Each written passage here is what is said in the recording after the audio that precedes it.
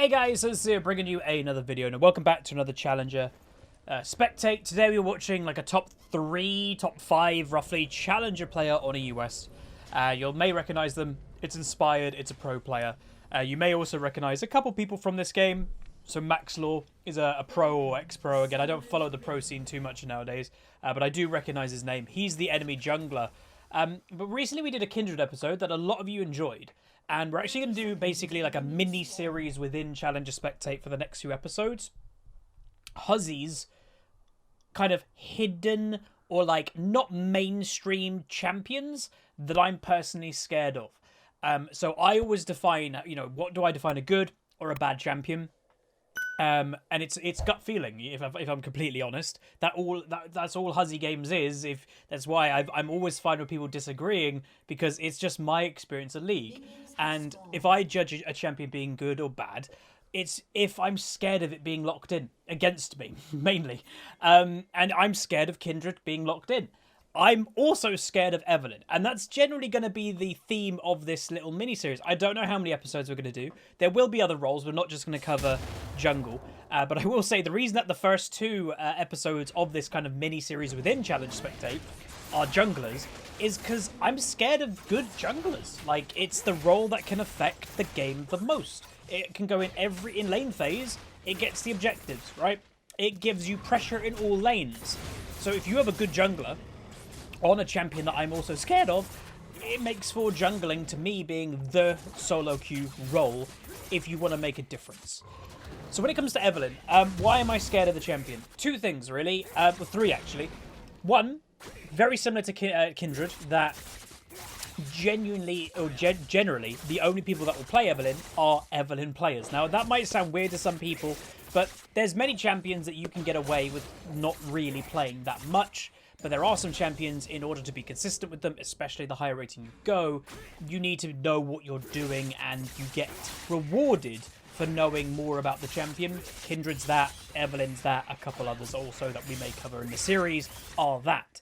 So that's the first reason. So oh, they're probably a big Evelynn player. Secondly, stealth. Stealth is an interesting mechanic that a lot of people have different opinions about if it's healthy for the game or not. But regardless, she is stealth. It can be annoying. Obviously, Evelynn's stealth, though, is only activated at level 6 nowadays. And finally, her damage. Her damage is mental. She is a champion that has one-shot potential without really too many items. For obviously, she's an AP assassin with an execute. Her ultimate is an execute. So combine all those things together, it makes her a very scary champion. And yeah, I thought we'd kind of highlight a game that is in Challenger, and I don't know too much about the game, obviously. All I know is little details of how well the Evelynn did, like a final score. She actually gets first blooded, so this is also a testament. That is a really bad thing for the Evelynn to happen. She gets one shot, or like not one shot, but she gets killed by the enemy top laner, loses her double buffs. That means she's going to lose out most likely on a lot of experience as well. That's disastrous. So can she recover? Again, in theory, the higher rating you go, you could argue it should be harder to make recovery. It should be harder to get back into a game because you're against really good players, right? That is something that we've always said when it comes to watching Challenger players or even watching my games. And hell, I'm Diamond. Diamond's an okay rating, but it's not anything crazy nowadays. The higher rating you go, sometimes the games can look less special. Meanwhile, Evelynn goes in, gets 1 kill, does use a flash to get that volley bear. Enemy team is on the back foot. Reluctant's not in the area, so there can't be a roam from mid lane, but she gets a 1 kill. That is going to be a little nice recovery there for Evelynn. Meanwhile, Camille, with that double buff, does kill the Riven up in top lane in the 1v1. So top lane is looking pretty scary already. But yeah, so Diamond isn't a crazy rating, but it is good. It's weird. I'm in Diamond 2 at the moment on my main account, which is a good rating. I'm in the top 1, less than top 1% of the game. Even though a lot of people wouldn't consider Diamond 2 anything special, sometimes when I do commentaries, wherever I am in Diamond, people go, this looks pretty bad, or that such and such player must have been like, that's really bad. The weird thing when you're watching players of the same caliber play against each other, the Camille is wrecking the Riven, it makes both of them look less special, because it's a Diamond player, or in this case, a Challenger player, playing against other Challenger people who know what they're doing. So it's harder to counterplay or harder to outplay the players in higher rating at the same time. So yes, the players are better, but also the opponents are better too. And that is why very rarely, I've seen it in the comments, occasionally, whatever you think of Smurfs, etc. I remember seeing a comment a couple of weeks ago going, you never think of Huzz as an amazing player, but then you see him just go on like a rating that average players are, gold, and okay, then you can kind of see the difference. And that's the thing, when you're watching Challenger players, it's really easy sometimes to even forget it's a Challenger game. So, Evelynn looking for this gank. Probably really good gank timing, because this Camille will have a lot of confidence for this gank. And you can see she's got a 2-level advantage over the Riven.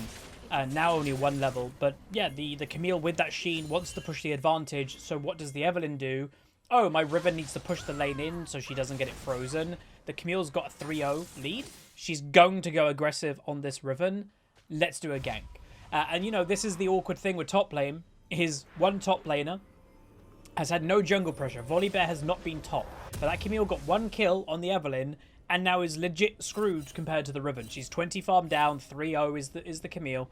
And that is top lane. It's the reason why I've been playing less top lane is because it's the least impact role. You're in top lane, you're on an island. And you're by yourself a lot of the time. And it's a bit rough. So when you want to climb, Huzzy, how do I climb? I'm stuck. My biggest advice, if you want to actually change your role, because if you really want to climb, jungle is the best role, then mid lane, because it's the most central. Well, mid lane's a central role, so you can go top or bot lane to affect the map if you're winning your lane.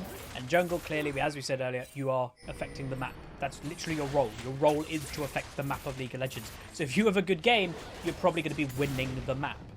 Now, Evelynn has finally hit a level 6, so this is where you could kind of say Evelynn does now, she is a champion. Meanwhile, Volibear does do a gank top lane, and that obviously shuts down the Riven even more. She has less than half farm, so how the hell are you going to win a game where your Riven is half farm, 0-3, and you are obviously doing okay as Evelynn, but nothing special. You're not fed in the early game.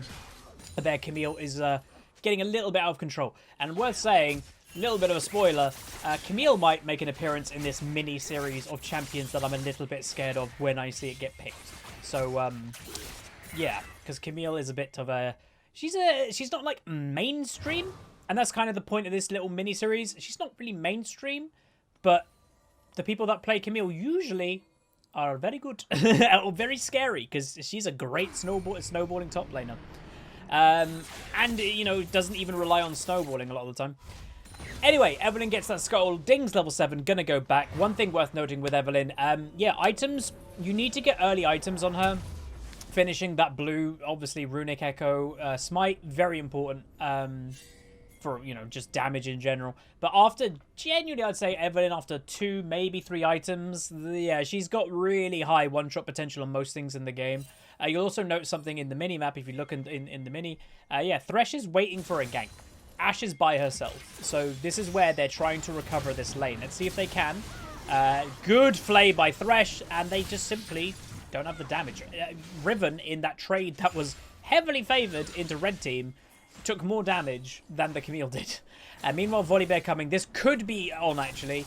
Camille going a bit too aggressive. Lovely Thresh hook. Can Evelynn do anything here? Riven on the back foot. Lovely Lantern. Really nice arrow as well. Cross map from downtown. And there is a double kill for Evelynn. Arguably, you could have given that to the Riven if you wanted to try and recover the Riven, because it was 100% a kill at that stage. But Evelynn takes it. Obviously, again, very strong solo queue champion. Good snowball potential. So she is now 3-1. Potentially, could they, move to start the snowball? And randomly, I'm recording this off stream. Someone just bought a mask, and worth noting, may as well actually announce it. I haven't announced it on social media. The first donation to charity I made last night. We donated £250 to the charity. A special effect, I think it was called. Yes, special effect, £250, and that charity was that donation goes on behalf of the mask sales that we sold, just over 100 masks. So that's technically £100 / dollars worth of the donation, and the rest of it, we got some subscribers throughout the month on Twitch saying, "Hey, would you mind, instead of you taking that revenue, donate it to charity?" I would say, "Don't, please, in the future." That's an awkward way of doing it, because obviously whenever you do subscribers and stuff, there's a split with Twitch. It'll be much better If someone wanted to do that, either donate it directly yourself or donate to me, and then I can donate that, because there's no cut that a donation would then take. Unfortunately, obviously, being a Twitch partner, they do take a cut if you do it that way. But yeah, £250 to Special Effects. If you're wondering what they do while nothing's happening in the game, they're a charity that helps disabled people video game. Meanwhile, a dive is coming. The ash does go down. We'll talk about the charity more in a second. Nothing's happening. They do back off. But yeah, so people with disabilities still want a video game. Video gaming is a great thing for people to cope or just have fun and, you know, hide away from the world sometimes. I've done that many a time. Meanwhile, Riven gets a kill in top lane. And what they do is whatever the person's disability may be, they will, you know, change a controller or give the person eye detection, you know, in order to control a video game, just so they can game. And I think it's a wonderful cause, because, you know, let alone good kill by Evelynn, let alone 2020 has been a rough year. Video games have helped me a lot in life. You know, I'm in a, you know, recently I've been a bit iffy, but in life in general, the past few years, I was not in a great place, but video games were my escape. You know, to a lot of us, it's true. I've met some of my most best friends through video games. And to give people of disabilities the chance to video game in a way that is comfortable by, you know, changing the control inputs and stuff, I think is a wonderful cause. And thank you anybody that has bought the mask or did those donations to obviously donate to charity.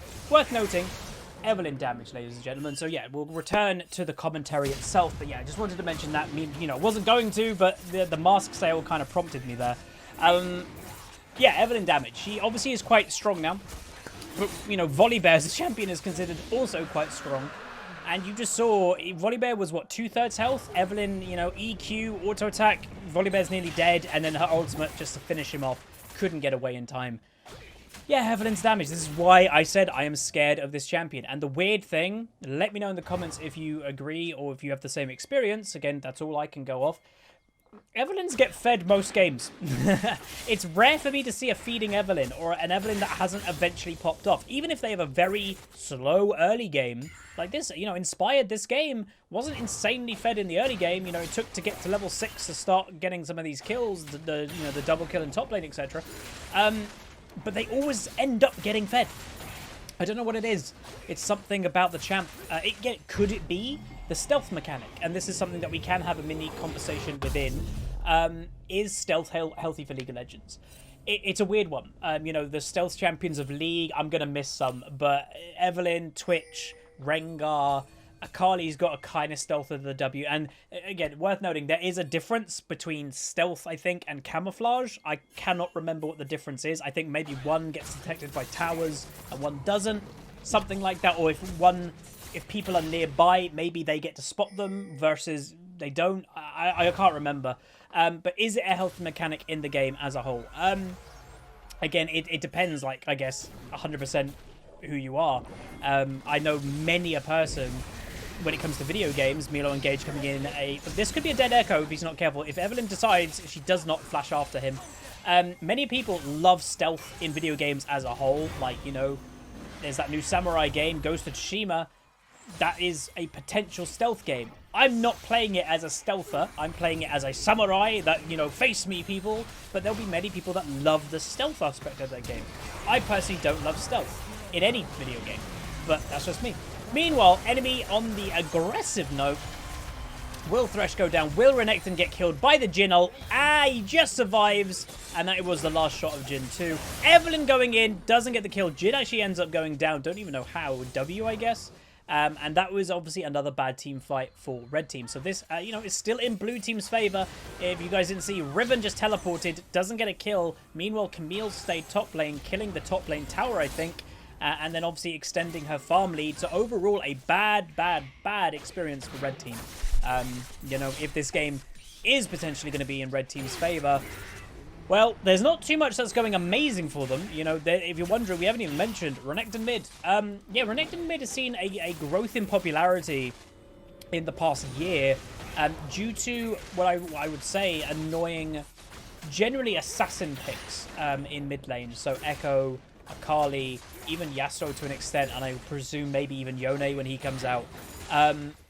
yeah, like Renekton is what you'd call a counter to those champions, in lane at least. But that's the problem. His scaling, obviously, as we've even said, we made a video recently, his scaling's pretty poop. Meanwhile, Camille, look at that damage! Look at that Evelynn damage. That's a fed Camille. Holy moly. But yeah, Renekton can just beat those champions in lane, and a lot of those champions, Echo, Sylas, Fizz even, like, Renekton could just stop them snowballing in the early lane phase, and you sometimes could argue if they're not going to snowball early, well, that's kind of the strength of their champion. Snowball early and kind of wreck the game, and Renekton kind of stops that happening.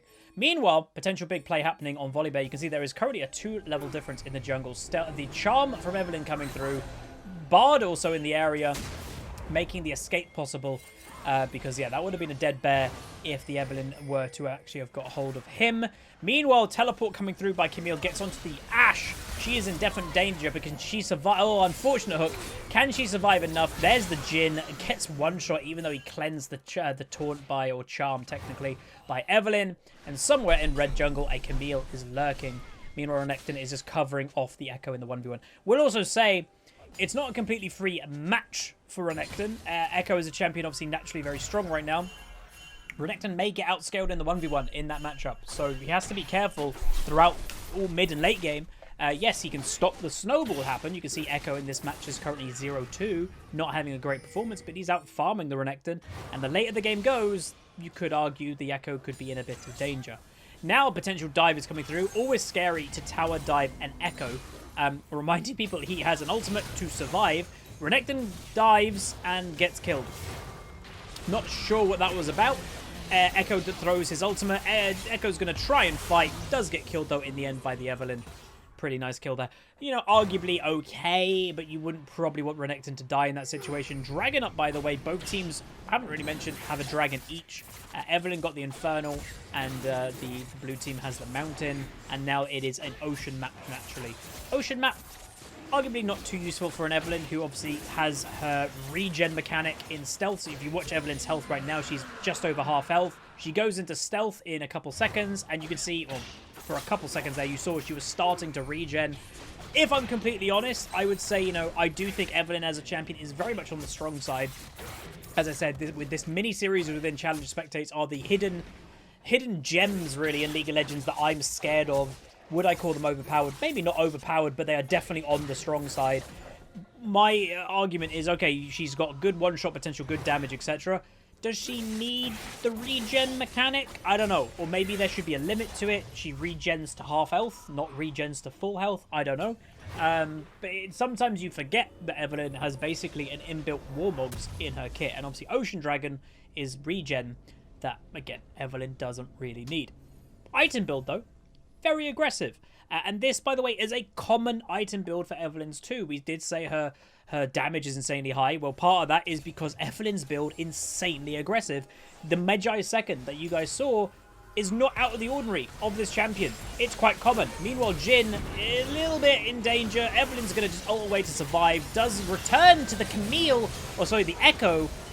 She does die. The Echo does die, but so did the Ashe. Again, unfortunate thing with Ashe. Cool AD carry, old school champion. You know, a core, I guess, champion of League of Legends. Well, she's got literally no mobility, so if something like a Camille or an Echo wants to kill an Ashe, they're probably going to kill an Ashe. Meanwhile, Camille going aggressive for the Thresh. Nice shot. Look at that damage. Look at that. This is nuts. She does have, not Death Stance yet, but she does have a tank item. Aegis, or Aegis, depending how you want to pronounce it. Evelynn just doesn't care. Has now full stacks of Magi, does the Evelynn. And is now, you know, in this proper, what you would call Evelynn stealth assassin hunt mode.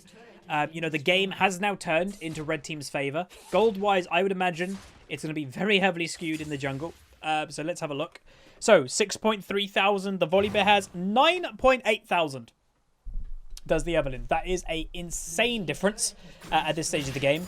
You know, Renekton holding on to his lead, you know, over 1,000. Obviously, top lane going into the enemy's favor, but not to the extent that is currently the jungle. That is nearing a 3,000. Or is it over 3,000? It is over a 3,000 gold difference. That's a 3,500 gold difference right now. Meanwhile, unfortunately, Riven goes down again in top lane. Will say, because some people may, you know, already, you know, make speculation to what champions may appear in this mini series within Challenger Spectate. of, you know, Huzzy scared picks. Is Riven going to appear? The answer is no. And it's a really interesting thing. We've mentioned it a couple times. Regional differences of champions in League of Legends. If I was a North American YouTuber, it would be very likely that Riven would appear in this mini-series of champions I'm scared of. Because North America, as a region, Riven is a very threatening pick. Riot themselves have mentioned these differences. That, yeah, there are some, you know, naturally people are different and, you know, all that. America values Riven really highly, and maybe they have obviously a couple known Riven players, and that kind of influences Americans to play it more. But in EU, I'm genuinely not really scared of Riven at all. You know, as someone that, you know, would I call myself a top lane main anymore? Not really, but obviously top lane has been primarily my most played role. You know, when I got Master last year, top lane was what I was playing. I'm not scared of Rivens, you know. Genuinely, she doesn't, at least to me, beat meta top laners, practically any of them. The scary thing of Riven is the fact that she is more or less a main / one-trick champion. So it's not the champion that's scary, it's normally the insane mechanics that come from the Riven mains that is actually scary. And maybe in EU, people are just less focused on that champion. So that's why there's a bit of a difference, you know, North America to EU when it comes to their love of Riven especially. Jhin finds an Evelynn, or would I rather say Evelynn finds a Jhin, and he's dead. He's very dead. Bard is also having a little bit of a go. Evelynn ultimate's just, you know, quick to avoid probably the Camille E there, and they do survive. Ashe had the flash though, unfortunately, to avoid the Bard ultimate. Obviously, a great engage tool is Bard ultimate. Honestly, my favourite part of the champion, but that shouldn't be a surprise, I guess. Evelynn kind of waiting around. She finds the Echo and one-shots him without his ultimate. I just want to watch that again because there was a bit of craziness going on. Watch here. So there's a fight going on here, but Evelynn is just going to chill, right? Echo's on the back foot. He gets engaged on. He's going to survive. He ults into Echo. He ults into Evelynn and just gets blasted. Without ult, that was Q and E basically by Evelynn. Maybe an auto attack thrown in. Camille wanted to get that Evelynn, didn't get there quick enough, and Evelynn does escape with flash. Like, that damage. And obviously, yes, she is a fed champion this game. But as I said earlier, the reason why she's in this series is because they get fed every game. It's rare to see an Evelynn do bad, and that is why I'm scared of this champion. And people may say, obviously, we're doing a Fill to Diamond series at the moment. That is primarily probably going to be a jungle series, if I'm honest, because it is the least popular role the higher rating you go, because people hate having all that pressure on them. Will I play Evelynn? Maybe. I thought that got stolen then. Evelynn didn't have smite up. Ooh, that was risky. Camille could have potentially stolen that. Camille's staying around, does get the Thresh. Evelynn gets that kill. Currently 11-1-2. Obviously, as we said earlier, has full stacks of Magi for a while. And yeah, this damage is nuts. Like, if we just look through her actual damage here, her Q, which obviously is a relatively spammable ability after you've hit it, fire spikes through the nearest champion, dealing what is in essence 280 damage to all units hit. And obviously you can press Q and then spam Q for a few seconds, which, you know, 3 times I think. So that's in excess of 700-800 damage just with her Q, which is mental. The E obviously does currently 14% of their max health, and then obviously you can get it empowered with the W, and it does even more damage. And then the ultimate, she is currently dealing in excess of 800 damage with her ult. Or, look at that, look at the execute. Increased to 600 plus 1,378 damage. Or, sorry, 900 now because she just hit level 16. Her ultimate, if a target is below 30% health, is dealing obviously over 2,000. Close to 2,300, 2,400 damage. Yeah, if the target's 30% health, Evelynn is killing it. That's the point. Even if it's a Cho'Gath who has 6,000 health, Evelynn would execute it if it's below 30%, which to most champions, a Cho'Gath at late game at 30% health is still really tanky and hard to kill. Not to an Evelynn, apparently. Item build, may as well touch upon it. Banshee's Veil. Why is she getting Banshees? You know, hey, the AP threat this game, Echo, is not doing that good. What's up with that? It's legit to stop getting CC'd. That's all it's for. Bit of cooldown reduction, bit of AP, sure, so it's not hurting Evelynn, obviously. Oh, sorry. But yeah, it's for that shield. to avoid Camille E or Camille ult or Echo stun with his W. It's purely and simple. Whoa, that's surprising. W comes through the Camille. Oh, wait, what happened? Whoa, whoa, whoa, whoa, whoa, whoa, whoa, whoa, whoa, whoa, whoa. How did Echo die? Let's watch that back in slow-mo. Did Echo just get one shot? Okay. Slow motion, half speed. Alright, so there's Echo. Oh my god, so he actually did take damage, I believe, from the Evelynn. And she didn't even know, I don't think. No, we didn't see Echo take damage. She just took that. The Echo took damage through the Evelynn AoE, I believe, and just got blasted. Holy moly! And reminding people again, we said it earlier. This is a challenger game. This is challenger versus challenger. You know, as we said, and we have said for ages, being one team, and it's something that I think a lot of people forget in League of Legends. One team is a winner every game, and one team is a loser. Riven just died to tower. So that means not everybody can win, and not everybody's going to have a good game every game, even if you're challenger. There is going to be a loser every game. Can't win them all. So, yeah. That damage is just frightening. And by the way, it is good that Evelynn is this fed because naturally, as we said earlier, sure, Ashe scales quite well with damage, but she can get engaged on quite easily.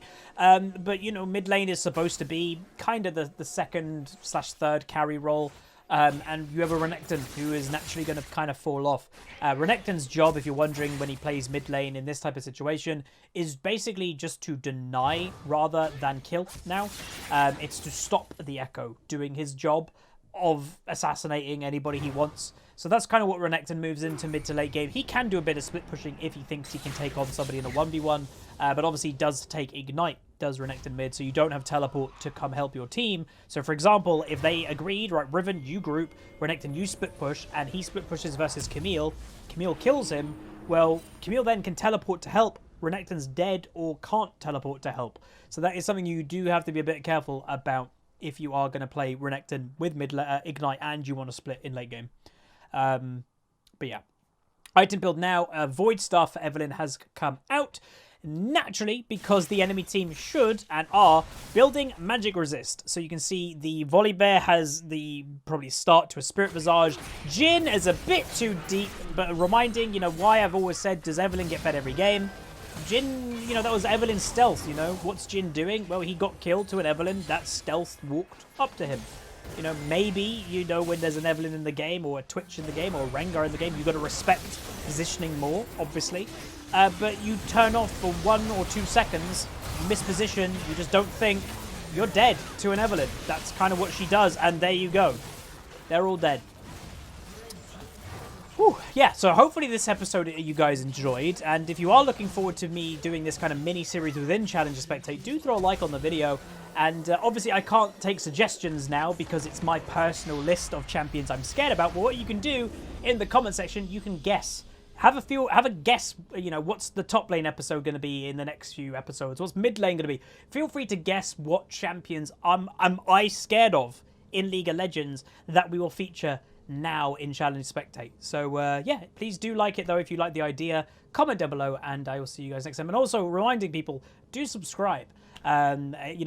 Subscribing is cool, and I know some of you, we have the data. I think last month we had a great month on YouTube, 1.3 million views, and I think the data said 60% of my views were from subscribers. So that means 40% of you who are watching are not subscribers. So feel free to hit the subscribe, or if you don't have a YouTube account and you want to make sure you keep up to date with my YouTube videos, make a YouTube account and click subscribe. Would help a lot. So anyway, I'll see you guys next time. Have a great day. Hope you're doing well. And yeah, that was a very scary Evelynn. Goodbye.